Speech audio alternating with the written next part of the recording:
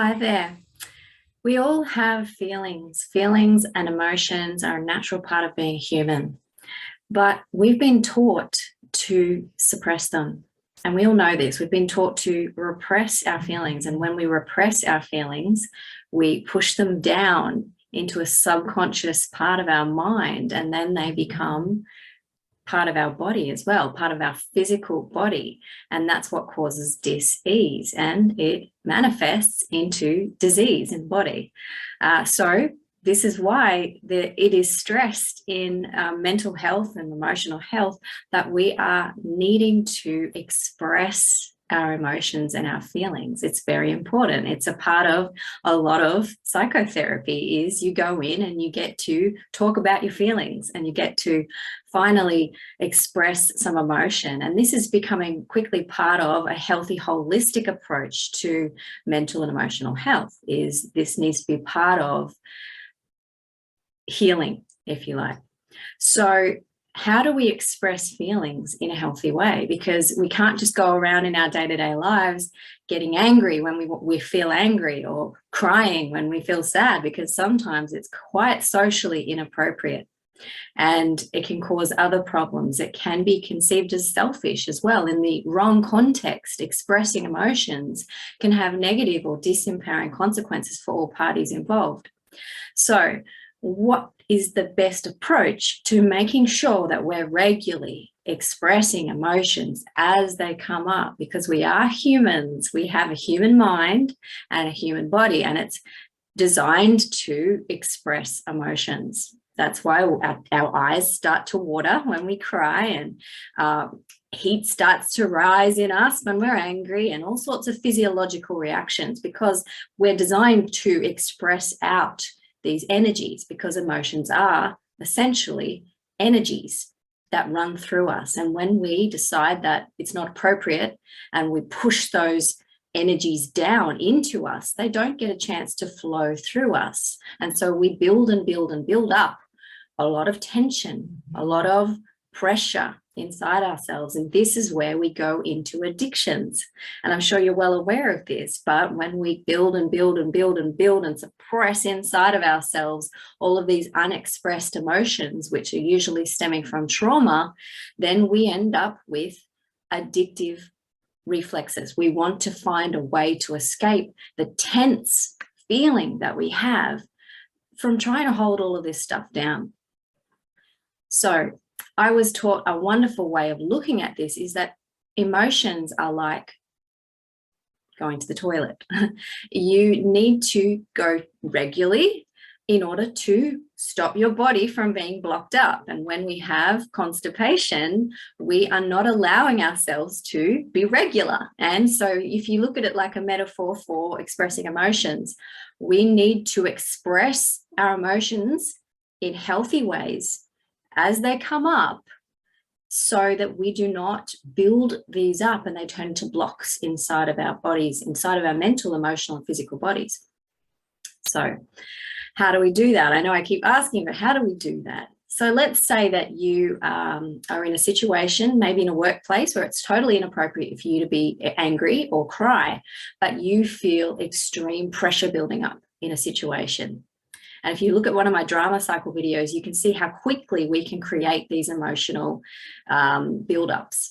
So how do we express that emotion in a healthy way? Well, it's not appropriate that in that moment to yell at someone or to cry in a workplace usually.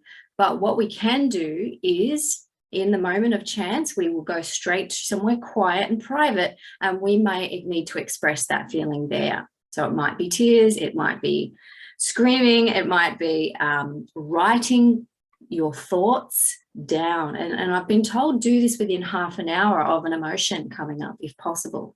So where it's not appropriate, go and find a place that is appropriate to express that emotion.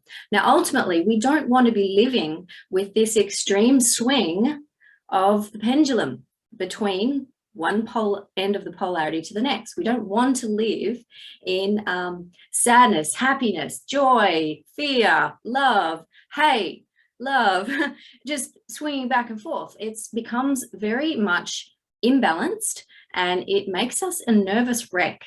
This is cause of a lot of anxiety if we don't have this ability to create peace and calm in our lives and stay steady instead of swinging from one emotional extreme to the next.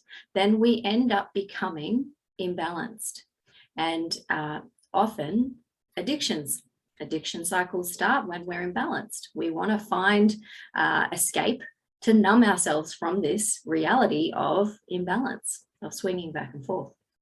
So ideally what we want to do is we want to do some serious shadow work, and have a look at my video about shadow work, what that means, what it is, the steps. Shadow work is necessary if you're the type of person that has been swinging from one extreme to the other consistently, back and forth, all day long, every day, kind of like needing to smoke cigarettes. I used to be a smoker, so I understand this, but in between smoking, you kind of have a crescendo, and then you slowly go up to needing and needing and needing and needing. I've got to have a smoke. And then you feel better, and then it goes, and it's sort of a repeat, like a roller coaster. Same with coffee addicts. You need to have that fix, and then slowly you get tired again, so you have another fix, and we don't want to live like that.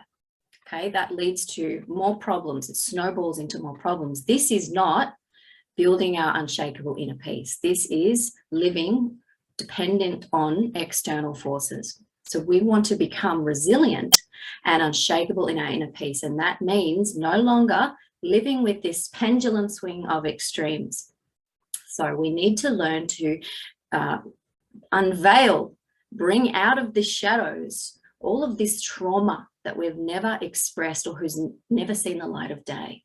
So inner child work, shadow work, some serious courage to go in and have a look at what you've been repressing and suppressing and hiding that you don't want to look at in your own life, that usually comes up when you're under stress.